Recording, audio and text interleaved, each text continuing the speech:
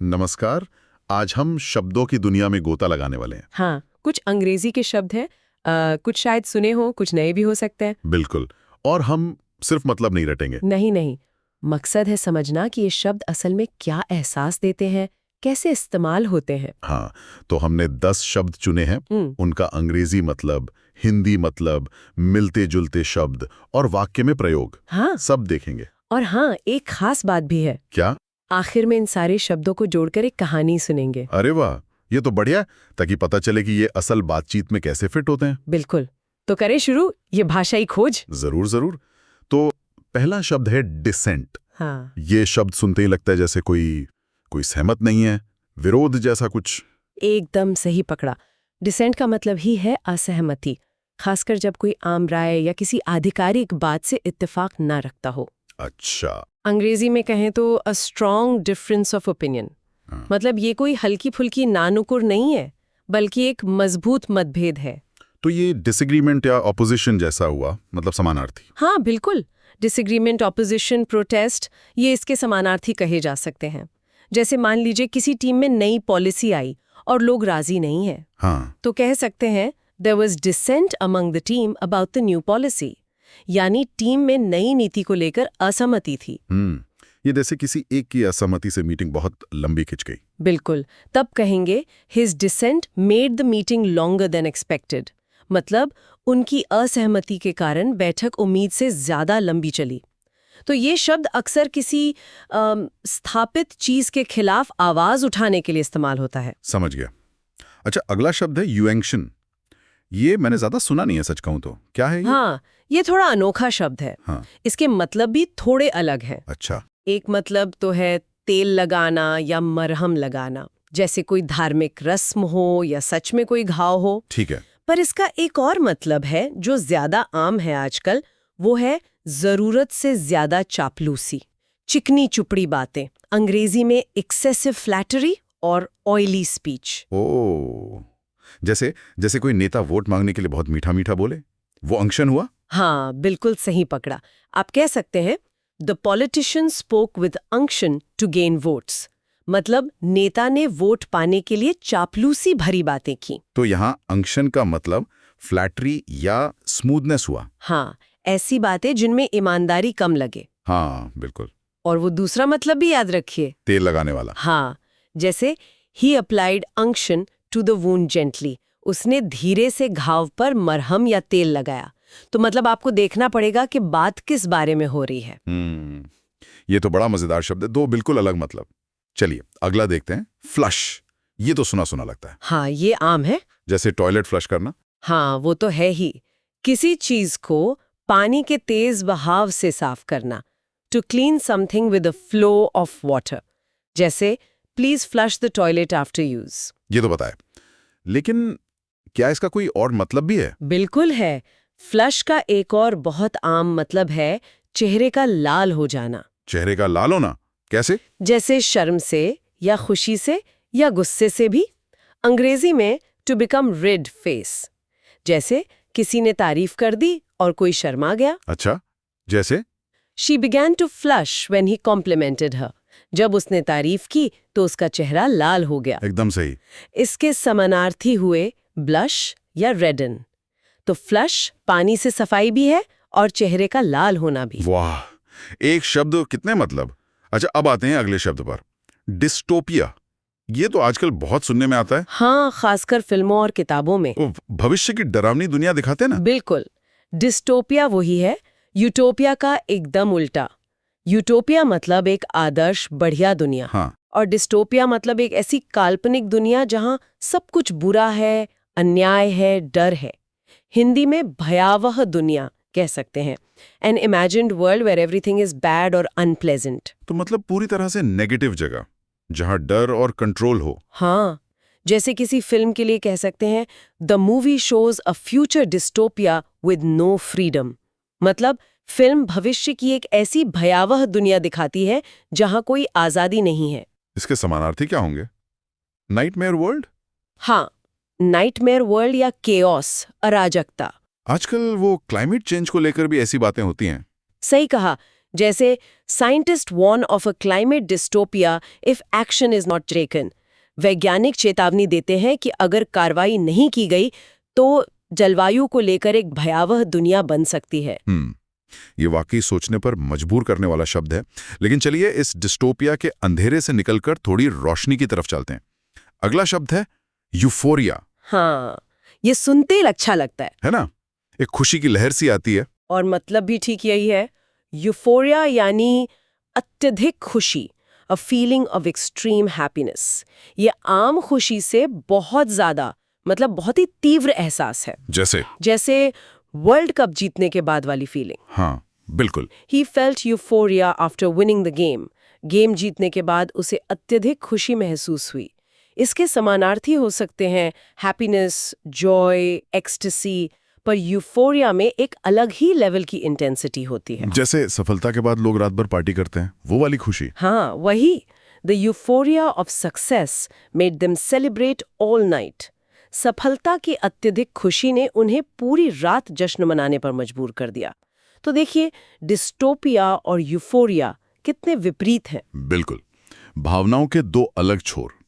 अच्छा, अगला शब्द है अराइजेबल। ये सुनने में रिडिक्यूलस जैसा लग रहा है। हंसी से जुड़ा है क्या? हाँ, अंदाजा बिल्कुल सही है। अराइजेबल का मतलब है हास्यास्पद, कोई चीज इतनी अजीब या बेतुकी कि हंसी आ जाए। अंग्रेजी में something so funny or absurd that it makes you laugh. जैसे कोई बहुत ही बेतुका मजाक। हाँ, या कोई हरकत, कोई बात, जैसे the risible joke made the whole class laugh. हास्यास्पद चुटकुले ने पूरी क्लास को हंसा दिया। या कोई बहाना जो इतना अजीब हो कि यकीन ही ना आए। बिल्कुल। His excuses were so risible that no one believed him. उसके बहाने इतने हास्यास्पद थे कि किसी ने उस पर विश्वास नहीं किया।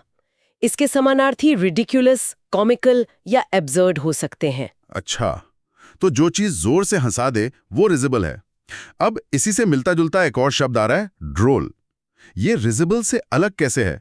ये भी मजेदार ही हुआ ना? हाँ, ड्रोल भी मजेदार और हंसी वाला ही है, लेकिन इसका अंदाज थोड़ा हटके है। ड्रोल का मतलब है मजेदार लेकिन अजीब या अनोखे ढंग से मनोरंजक। अंग्रेजी में ऑडली फनी और amusing in a quirky way. मजेदार, अजीब, मतलब इसमें हास्य थोड़ा सीधा नहीं होता, शायद थोड़ा सूखा हो या व्यंग्यात्मक या बस अजीब तरह से फनी। अच्छा, तो रिजिबल हुआ जिसे कोई जोर का ठहाका लगाए, और ड्रोल हुआ वो वाला मजाक जिस पर हल्की मुस्कान आए क्योंकि वो थोड़ा अजीब है। बिल्कुल सही समझा। ड्रोल में एक क्वर्की अंदाज होता है, जैसे किसी का सेंस ऑफ ह्यूमर बहुत ही अलग हो। His droll sense of humor entertained everyone. उसके मजेदार अजीब हास्यबोध ने सभी का मनोरंजन किया। या जैसे कोई कार्टून कैरेक्टर या कोई कॉमेडियन अपने अजीब से चेहरे बनाकर हंसाए। हाँ, वो भी हो सकता है। The clown's droll expressions made kids laugh. Joker के मजेदार अजीब हाव-भाव ने बच्चों को हंसा दिया। तो रिजिबल शायद ज्यादा खुल के हंसाए, ड्रोल में मजा थोड़ा छुपा हुआ या अनोखा होता है। ये फर्क समझना जरूरी था। अच्छा, अगला शब्द है रेपरकशंस। ये सुनते ही लगता है कि कुछ गंभीर बात है। हाँ, ये वजनदार शब्द है। रिपरकशंस का मतलब है परिणाम या नतीजे। अंग्रेजी में कॉन्सिक्वेंसेस और रिजल्ट्स ऑफ एन एक्शन। और खास बात यह है कि ये शब्द अक्सर अनचाहे, दूर तक असर करने वाले और ज्यादातर नकारात्मक परिणामों के लिए इस्तेमाल होता है। यानी किसी काम के बाद के असर जो शायद सोची में न हो और जो बुरे हों। हाँ, अक्सर, और जो शायद फौरन ना दिखें, बाद में पता चले। जैसे मान लीजिए कोई युद्ध हुआ तो उसका अर्थव्यवस्था पर असर, the war had serious repercussions on the economy. ठीक है। या मान लीजिए ऑफिस में किसी ने कुछ कह दिया और उसका असर बाद तक माहौल पर रहा। जैसे His words had unexpected repercussions in the office. उसके शब्दों के दफ्तर में अप्रत्याशित परिणाम हुए। तो ये इफेक्ट्स या कॉन्सिक्वेंसेस जैसा है, पर इसमें नेगेटिविटी का पुट ज्यादा है। हाँ, अक्सर आफ्टरमाथ भी इसका एक समानार्थी हो सकता है, खासकर किसी बुरी घटना के बाद के नतीजों के लिए। समझ गया। अब नौवां शब्द SLY, ये तो सुना है। वो लोमड़ी के लिए बोलते ना, स्लाई फॉक्स, चालाक लोमड़ी। हाँ, बिल्कुल, और ये चालाकी के लिए ही इस्तेमाल होता है।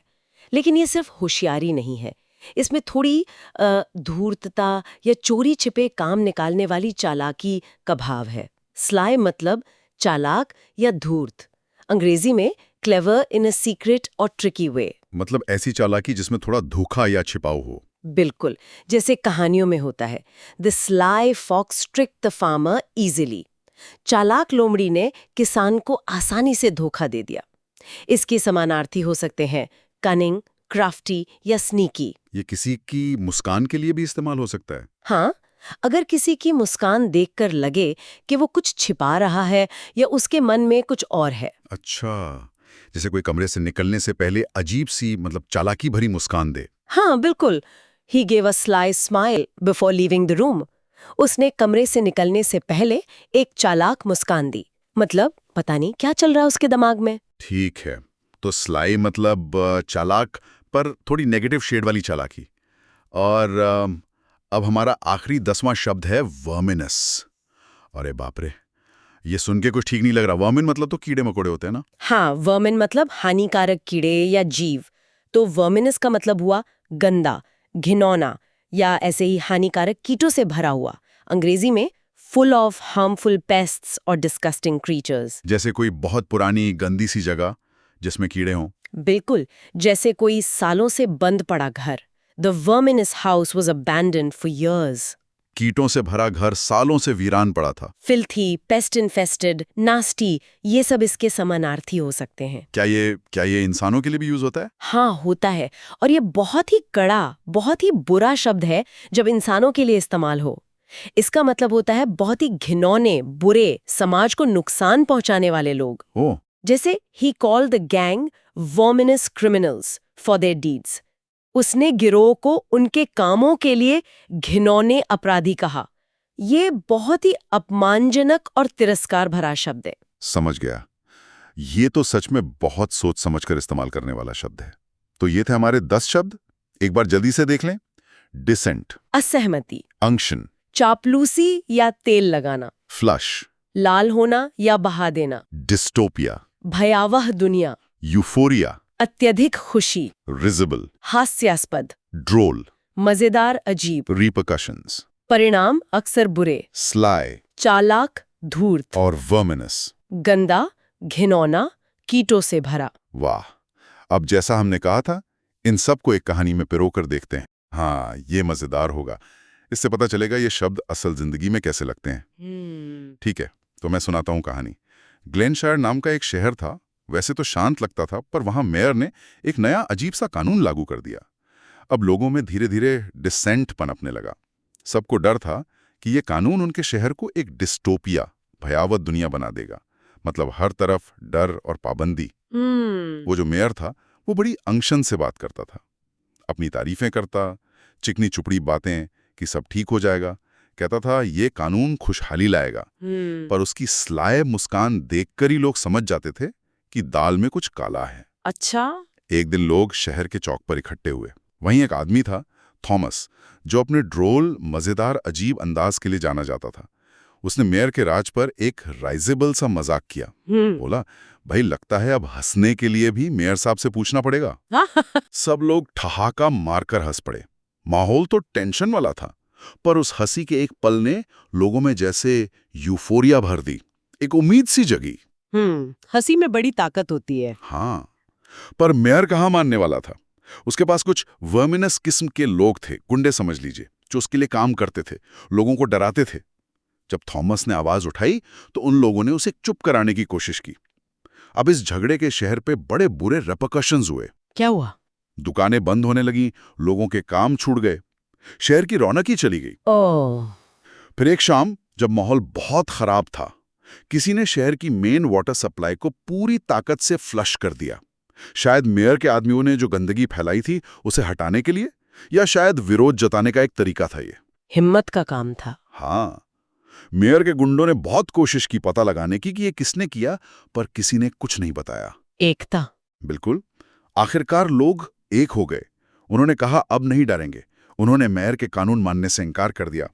जब मेयर ने देखा कि उसकी SY चालाक चालें बेकार हो गईं और लोग उसके वर्मिनस घिनौने गुंडों से भी नहीं डर रहे, तो वो बेचारा शर्म के मारे शहर छोड़कर भाग गया। धीरे धीरे शहर फिर से साफ हुआ, गंदगी भी हटी और बुरा राज भी, हंसी खुशी लौट आई। बहुत बढ़िया। तो ग्लेनशायर की कहानी ने सिखाया कि जब लोगों में डिसेंट हो और वो एक हो जाएं, तो बदलाव आ सकता है, और थोड़ी हिम्मत और थोड़ा ड्रूल, मजाक किसी भी डिस्टोपिया को हरा सकता है, चाहे दुश्मन कितना भी SY या वर्मिनस क्यों ना हो। वाह, क्या कहानी थी! और सारे शब्द कितने सही बैठे। डिसेंट से शुरू होकर अंक्शन, स्लाई, रिजिबल, ड्रोल, फिर डिस्टोपिया का डर, यूफोरिया की उम्मीद, वर्मिनस लोग, फ्लश वाला विरोध और रेपरकशंस झेल कर जीत तक, सब आ गया। हाँ, कहानी से शब्दों का मतलब और उनका इस्तेमाल एकदम साफ हो जाता है ना? तो ये थे हमारे आज के 10 शब्द। उम्मीद है सुनने वालों को मजा आया होगा और ये शब्द याद भी रहेंगे। ठीक है, उनमें से कौन सा शब्द आपको सबसे दिलचस्प लगा और क्यों? क्या वो डिस्टोपिया और यूफोरिया का कंट्रास्ट था, या रिजिबल और ड्रोल का महीन सा फर्क, या फिर अंक्शन के वो दो अलग मतलब? सोचिएगा जरूर।